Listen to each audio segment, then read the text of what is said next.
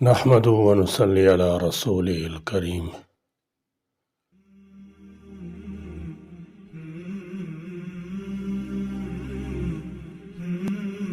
اللہ تعالیٰ جل شانہ کی بارگاہ میں ہم ہر روز یہ دعا مانگتے ہیں، اہدنا الصراط المستقیم صراط الذین انعمت علیہم غیر المغضوب علیہم ولا الضالین۔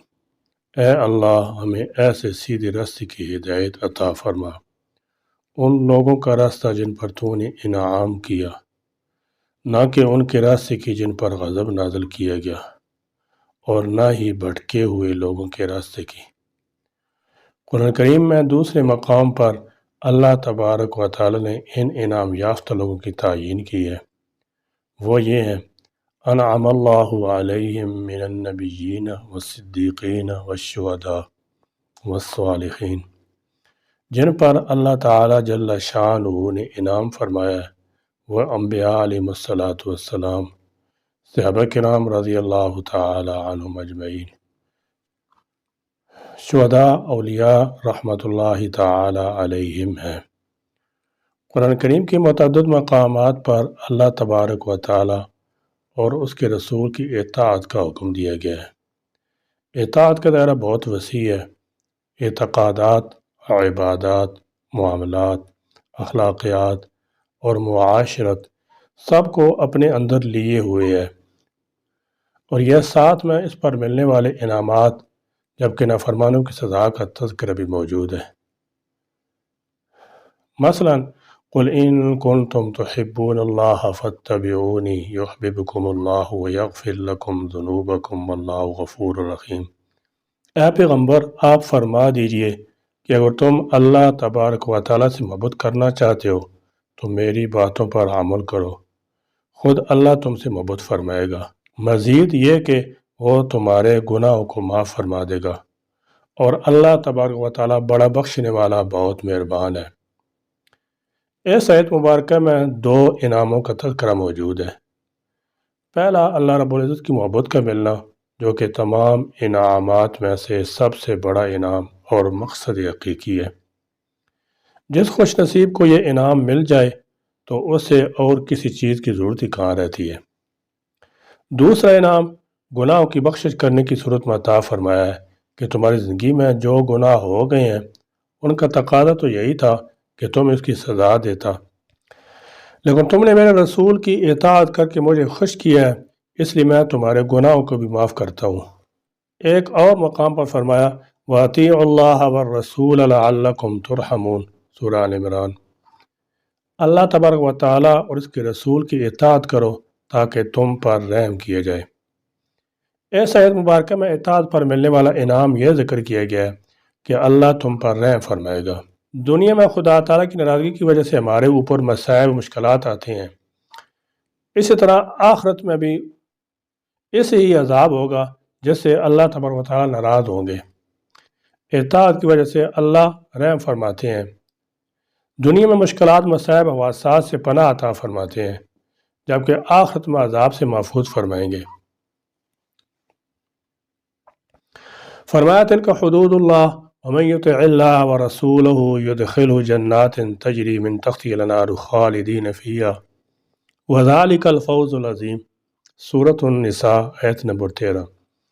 یہ اللہ تبارک و تعالیٰ کی قائم کردہ حدود ہے، جو بھی اللہ اور اس کے رسول کی اطاعت کرے گا اللہ تبارک و تعالیٰ اسے ایسے باغات میں داخل فرمائے گا جس میں نہریں بہتی ہوں گی، اور یہ ہمیشہ ہمیشہ اسی جنت میں رہیں گے، اور یہی بہت بڑی کامیابی ہے۔ اس آیت مبارکہ میں اطاعت ملنے والا انعام یہ ذکر کیا گیا ہے کہ اللہ تبارک و تعالیٰ ہمیشہ ہمیشہ کے لیے ایسی جنت عطا فرمائیں گے جس میں نہریں بہتی ہوں گی، اور اسی بڑی کامیابی قرار دیا ہے۔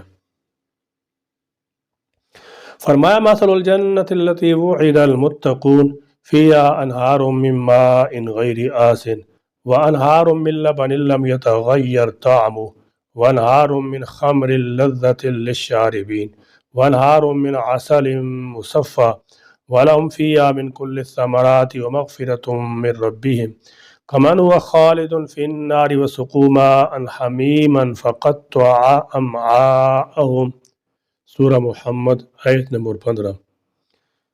اللہ سے ڈرنے والوں کے لیے جس جنت کا وعدہ کیا گیا ہے وہ ایسی ہوگی کہ اس میں پانی کی نہریں ہوں گی جو پانی خراب نہیں ہوگا، ایسے دودھ کی نہریں ہیں جس کا ذائقہ نہیں خراب ہوگا، ایسی شراب طہور کی نہریں ہیں جو پینے والوں کے لیے لذیذ اور مزیدار ہوں گی، اور ایسے صاف شہد کی نہریں ہیں جس کے اوپر سے جھاگ اتار لی گئی ہے، اور ان جنت والوں کے لیے وہاں ہر طرح کے پھل ہوں گے، اور ان کے رب کی طرف سے بخشش کا اعلان ہوگا۔ بھلا یہ ان لوگوں جیسے ہو سکتے ہیں جو ہمیشہ دوزخ میں رہیں گے، اور انہیں گرم پانی پلایا جائے گا جو ان کی آنتوں کو کاٹ کے رکھ دے گا۔ فرمایا وَمَن يُطِعِ اللَّهَ وَرَسُولَهُ فَأُولَٰئِكَ مَعَ الَّذِينَ أَنْعَمَ اللَّهُ عَلَيْهِم مِّنَ النَّبِيِّينَ وَالصِّدِّيقِينَ وَالشُّهَدَاءِ وَالصَّالِحِينَ وَحَسُنَ أُولَٰئِكَ رَفِيقًا۔ جو اللہ تبارک و تعالیٰ اس کے رسول کی اطاعت کرے گا وہ لوگ ہیں جو ان لوگوں کے ساتھ ہوں گے جن پر اللہ تعالیٰ نے انعام فرمایا، وہ انبیاء، صحابہ، شہداء، اولیاء ہیں، اور ان لوگوں کی رفاقت بہت ہی اچھی ہے۔ اس آیت مبارکہ میں اللہ رب العزت نے اطاعت اختیار کرنے والوں کا یہ انعام ذکر کیا ہے کہ ان کو انبیاء، صحابہ، شہداء، صلحاء، نیک لوگوں کی معیت نصیب ہوگی، جہاں وہ جائیں گے وہاں یہ بھی جائیں گے، اور اللہ رب العزت نے اس کو بہت ہی خوبصورت رفاقت دوستی قرار دی ہے۔ من یطیع الرسول فقد اطاع اللہ، جس نے رسول اللہ صلی اللہ تعالی علیہ وسلم کی تعلیمات پر عمل کیا یقیناً اس نے اللہ تبارک و تعالیٰ کے احکام پر عمل کیا۔ اس آیت مبارکہ میں اطاعت رسول پر ملنے والے ایک انعام کا تذکرہ موجود ہے، وہ یہ کہ جس نے رسول کی اطاعت کی اس نے اللہ تبارک و تعالیٰ کی اطاعت کی۔ ایک بندے کے لیے اپنے خالق کی بات مان کر اسے خوش کر لینے سے بڑا انعام اور ہو ہی کیا سکتا ہے۔ یا ایھا النبی حسبک اللہ ومن اتبعک من المؤمنین، اے نبی تمہارے لیے اللہ ہی کافی ہے، اور ان اہل ایمان کے لیے بھی جو آپ کی تعلیمات پر عمل کرنے والے ہیں۔ اس آیت مبارکہ میں یہ انعام مذکور ہے۔ اللہ رب العزت اطاعت گزاروں کو تسلی دے رہے ہیں، میں اللہ تمہارے لیے کافی ہوں، کوئی تمہارا کچھ نہیں بگاڑ سکتا۔ قل اطیعوا اللہ واطیعوا الرسول فإن تولوا فإنما علی ما حمل وعلیکم ما حملتم وإن تطیعوا تہتدوا وما علی الرسول الا البلاغ المبین۔ اے میرے پیغمبر، آپ ان سے کہہ دیجئے کہ تم اللہ اور اس کے رسول کی اطاعت کرو، اگر تم نے اس سے منہ موڑا تو اس کا وبال تمہارے اوپر ہی ہوگا، اور اگر تم نے اطاعت کر لی تو ہدایت پال ہوگے، اور رسول کے ذمہ تو بات واضح طور پر پہنچا دینا ہے۔ اس آیت مبارکہ میں اللہ تبارک و تعالیٰ نے جس انعام کا تذکرہ فرمایا وہ ہے ہدایت۔ اللہ کے خزانوں میں ہدایت سب سے قیمتی خزانہ ہے۔ اطاعت کی وجہ سے اللہ کامل ہدایت عطا فرماتے ہیں۔ ہدایت کی وجہ سے انسان کے عقائد، اعمال، اخلاق اور طرز معاشرت سب درست ہو جاتے ہیں۔ ومن یطع اللہ ورسولہ فقد فاز فوزا عظیما، جس نے اللہ کے رسول کی اطاعت کی اس نے بہت بڑی کامیابی حاصل کر لی۔ اس آیت مبارکہ میں اطاعت گزاروں کو اللہ رب العزت بہت بڑی کامیابی کا پروانہ دے رہے ہیں۔ اطاعت اس وقت ہوتی ہے جب دل میں اس کے بارے میں احترام اور محبت کے جذبات ہوں۔ بحیثیت مسلمان ہم رسول اکرم صلی اللہ تعالی علیہ وسلم سے محبت کرتے ہیں، بلکہ اپنے والدین، اولاد اور ساری مخلوق سے زیادہ محبت کرتے ہیں۔